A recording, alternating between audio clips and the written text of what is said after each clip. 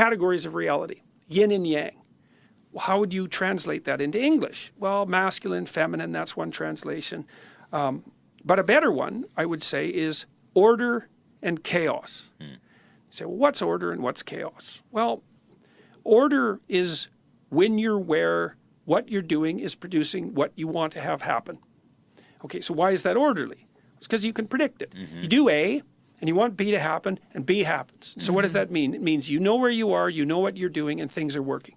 And then you're calm, because there's nothing to be nervous about, and you're moderately happy, because you're getting what you need and want. And there's evidence that you are competent, because that's why things are working. That's order. Now, everyone knows that order can be shattered into disorder at the drop of a hat. You can be walking down the street and you're all happy and you're with your partner and, you know, she makes a mistake and steps off the curb and a bus hits her. It's like in 1 second you are not anymore in order. Like the bottom has fallen out of your life. And that's why there's a black dot in the white serpent. It's like, orderly as it is, look the hell out, because your life can be flipped upside down in a moment. Right. Okay. Well, then sometimes you're in a dire state and everything looks absolutely hopeless and you get a new realization and bang, you know, everything snaps together. And so that's when you're in chaos and order can reveal itself. Okay, so order and chaos. You can think about it as the ice that you skate on with the water below. That's another way of thinking about it. Now you say, well, is that real? Is it really that the world is made out of order and chaos? Well, here's something weird.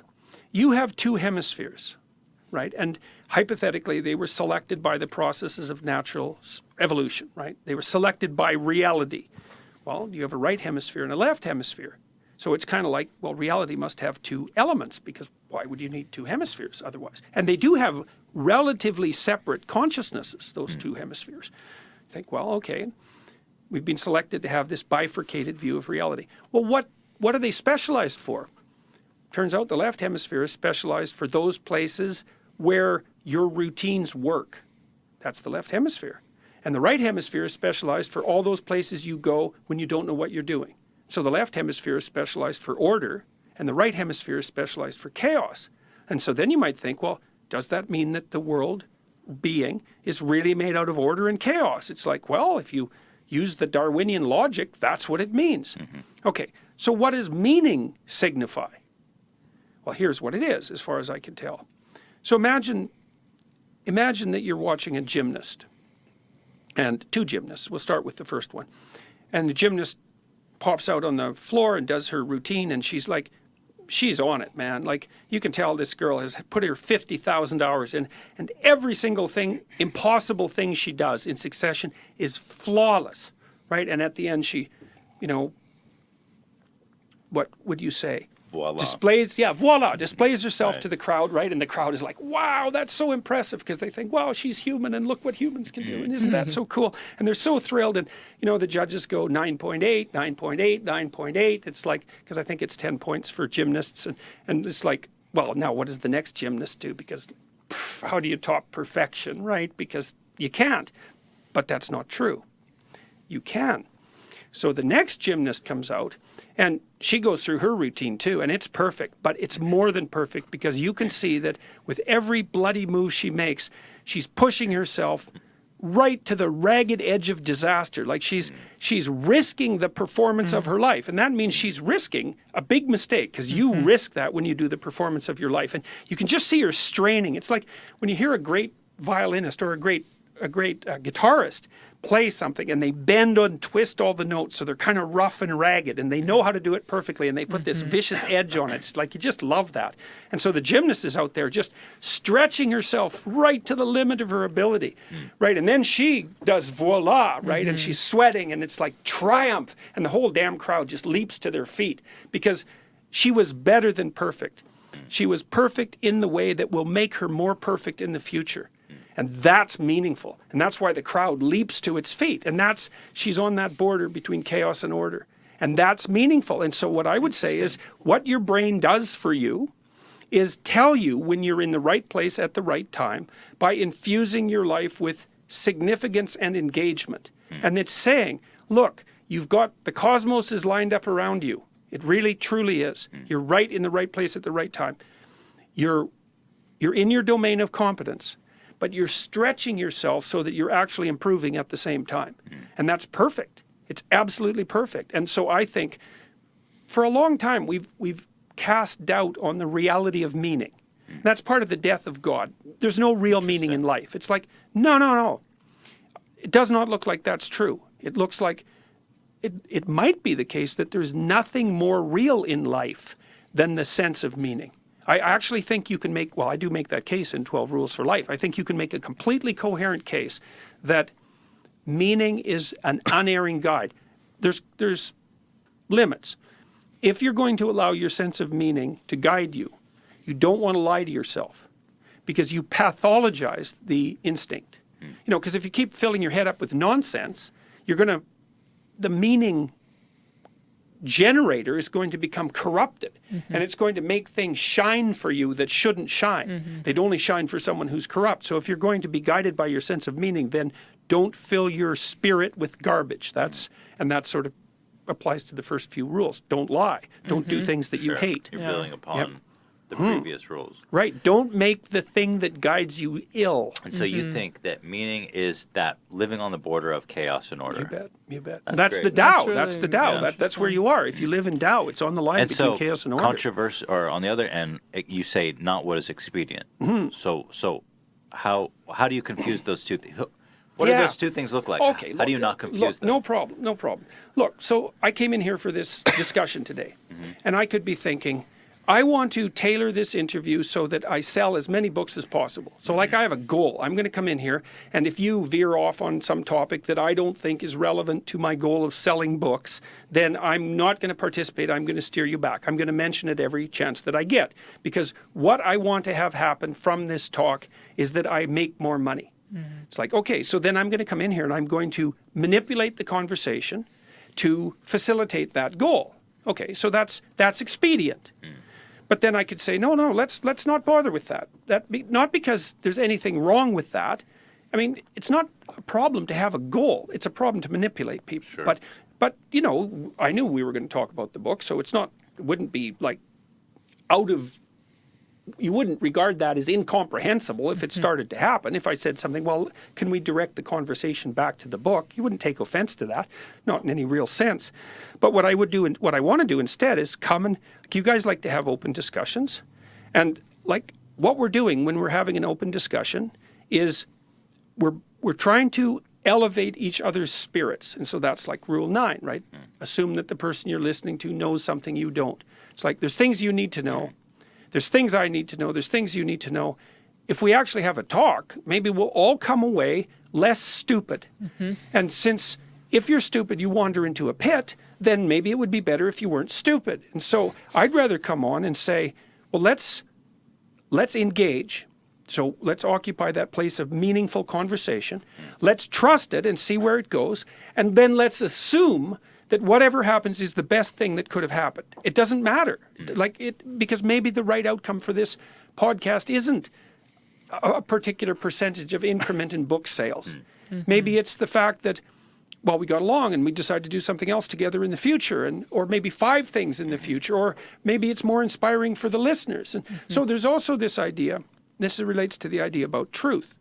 There's a real fundamental idea that's really deeply rooted in Western civilization, which is that the most daring possible approach to life, and I would say the most meaningful approach, is to tell the truth and let whatever happens happen.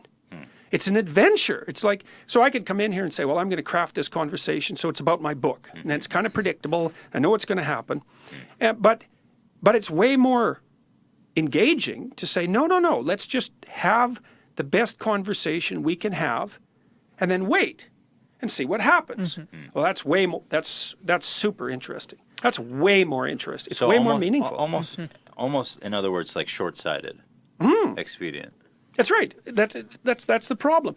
I don't think there's anything that has longer vision than that sense of meaning. Okay, so I'll tell you something that's so cool. This just bloody well blew me away when I learned it. This is from Jung as well. So we talked about the idea of the self, right? So the self is everything you are and everything you could be across time. Okay, but here you are caught in this little fragment of time. but there's this you that has the potential across time. Well, and it's something that you're trying to grow towards to maximize your potential, right? So then you might ask, well, how does that potential manifest itself in the present so that it can be revealed? Well, the answer is through the instinctive meaning. So that was Jung's answer. I thought, wow, that's just mind-boggling, that idea. It's like, okay, you could be more than you are, obviously. That's obviously the case.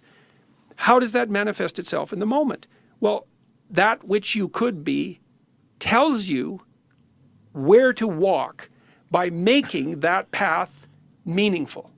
Wow. It's like, really? Could that be the case? Well, what else would make what you're doing meaningful? It's like, come up with a different explanation if you want. See if you can come up with a better explanation, because I don't think you can. Walking the path that's more challenging. Yeah, because you need to be optimally challenged, right? Because you're not. So here's a couple of things that we've learned recently. So I could say, well, why do we grow in a conversation that's genuine? Well, it's because we're sharing information, right? And then we build each other out of the information. We build ourselves out of the information.